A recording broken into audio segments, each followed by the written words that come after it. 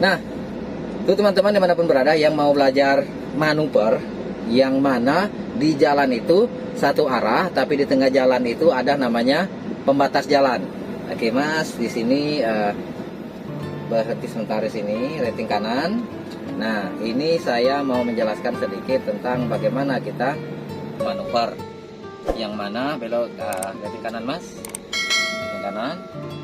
Ya, lihat spion kiri kanan. Nah, yang mana kita akan memutar arah yang di jalan besar, tapi di tengah jalannya itu ada pembatas jalan. Caranya begini Mas ya, pelan-pelan, posisikan ujung jalan itu, jalan tadi itu sudah sebahu supir. Kalau sudah sebahu supir dan posisi mobil kita itu berada di luar garis kuning ya, garis kuning jalan itu. Nah, kalau sudah pembatas jalan tadi itu sebelah bahu supir, pas sejajar dengan bahu supir, maju dikit lagi Mas, maju dikit lagi.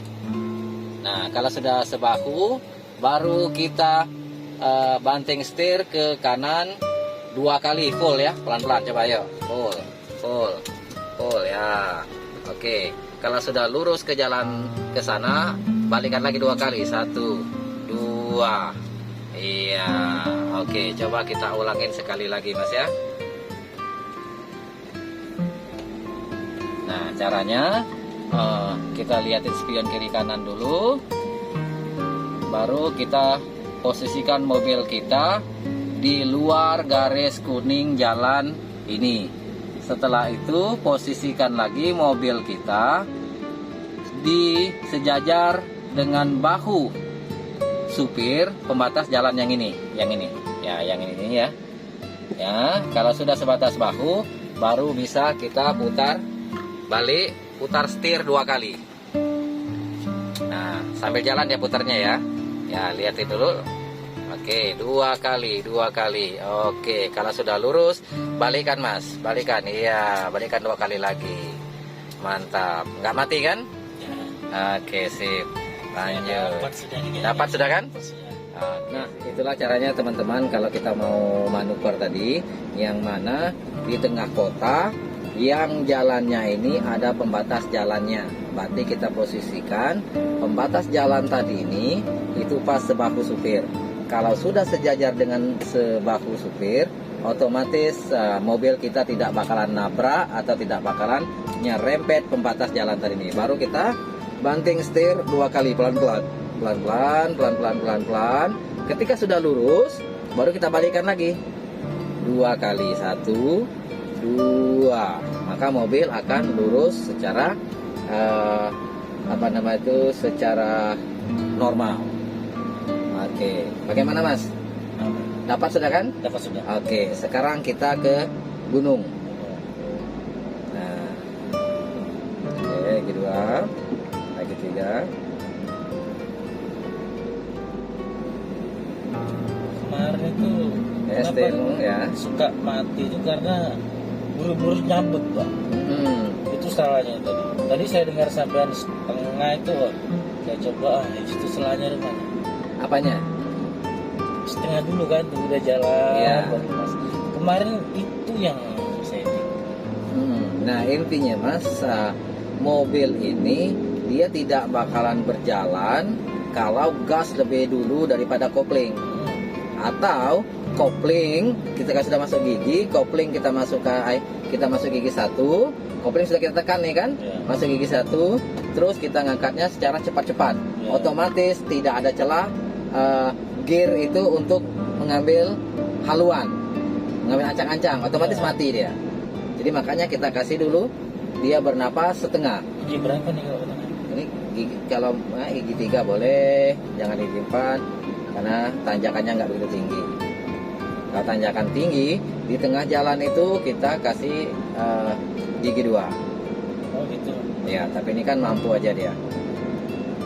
Nah, untuk yang tanjakan yang tidak begitu tinggi, bisa kita gunakan gigi 3 atau gigi 2, tergantung dengan kecepatan mobil kita tadi ini. Ini Masnya ini betul, dari awal ini kan pertemuannya ketiga kalinya. Pertemuan yang ketiga kalinya. Awal itu, alhamdulillah kaku sekali, tidak ngerti apa-apa, ya rem dikit pelan-pelan. Nah, tapi sekarang, ya alhamdulillah sudah bisa jalan lewat kota, lewat hutan begini, jalan poros. Nah intinya tadi itu ada di kopling. Dan ingat teman-teman dimanapun berada ya, yang mau belajar mengemudi ataupun yang mau jadi instruktur, tugas gas itu hanya membantu kopling ya. Pertama kali itu hanya bantu kopling. Berarti apa? Kopling kita dahulukan daripada gas. Tetapi kalau sudah jalan, ya sudah, gas mengambil peran penting di sini. Gas saja, nanti ketika mau turun gigi, mau naik gigi, baru kita injak kopling. Injak kopling, baru turunkan gigi, baru naikkan gigi, dan seterusnya, baru gas. Dia gas membantu kopling. Nah, gigi 2 di turunan itu akan membantu pengereman. Dia menggunakan namanya engine brake. Sini kanan. Nah, bukan begitu mas? Mantap. Oke, sip. Oke, sambil ngomong-ngomong mas, pesan kesannya mas, pesan-pesannya. Ini teman saya ini, peserta saya ini cuman ngambil 5 kali aja pertemuan, mas ya? Iya betul. Ngambil 5 kali pertemuan. Biasanya ada yang 10, ada yang 7, ada yang 6, tapi mas ini ngambil 5 kali pertemuan. Oke mas, untuk menuju 5 kali pertemuan ini, bagaimana pendapat mas? Bagus, mantap instrukturnya, cara menyampaikan bagus, cara membimbing, memberikan instruksi mengenai mobil, jalan, manuver dan sebagainya lah. Mantap kalau menurut saya. Nggak panik kan orangnya? Kalau panik justru saya yang panik. Kalau instrukturnya malah tenang sekali kalau menurut saya. Aduh, kalau instrukturnya panik mungkin saya lebih panik. Lebih panik ya. Mantap. Tapi sejauh ini nyaman mas ya? Nyaman, alhamdulillah nyaman. Ya. Kira-kira kalau seandainya selesai 5 kali pertemuan ini pendapat mas nih, sudah bisa belum naik mobil sendiri? Insya Allah bisa ya. Ya, tapi dengan kecepatan yang normal ya, jangan apa namanya itu gerasa gerusu lah ya. Betul. Sesuai dengan latihan dulu lah kecepatannya. Kalau kita paksa langsung, waduh, kacau, beresiko. Nah, untuk kita di jalan, terutama dalam mengendarai mobil, sepeda motor, apapun itu, resikonya tinggi. Fatal kalau kita melanggar aturan atau melanggar disiplin yang kita dapatkan selama ini. Karena kenapa? Di jalan ini risikonya kalau tidak nabrak kita ditabrak, kalau nggak diserempet kita yang nyerempet. Tidak terjadi apa-apa, tidak ditabrak, tidak menabrak, tidak diserempet, tidak menyerempet. Kadang-kadang mobil nyelonong sendiri masuk ke rumah orang atau yang lain. Tetapi kalau kita selalu disiplin dengan kecepatan tadi ini, terus konsentrasi, tidak main HP, tidak tidak ngangkat telepon, insya Allah lah mata tetap fokus ke depan. Oke, itu teman-teman ya, mungkin cukup sampai dari sini video saya, mudah-mudahan bisa bermanfaat. Kalau bisa bermanfaat, tolong di subscribe, like, komen. Kira-kira mas berikan saran kepada Willis Bejajo, kurang apa? Mungkin penjelasannya, mungkin dari segi pengambilan videonya atau view-nya atau apa, tolong disarankan. Oke, thank you, see you and bye-bye. Satu lagi ya, untuk Mr. Willis, sabar sekali orangnya. Saya seperti ini, tapi beliau tetap memberikan yang terbaik lah. Itu kalau menurut saya. Oke, dilanjut. Oke, sip ya.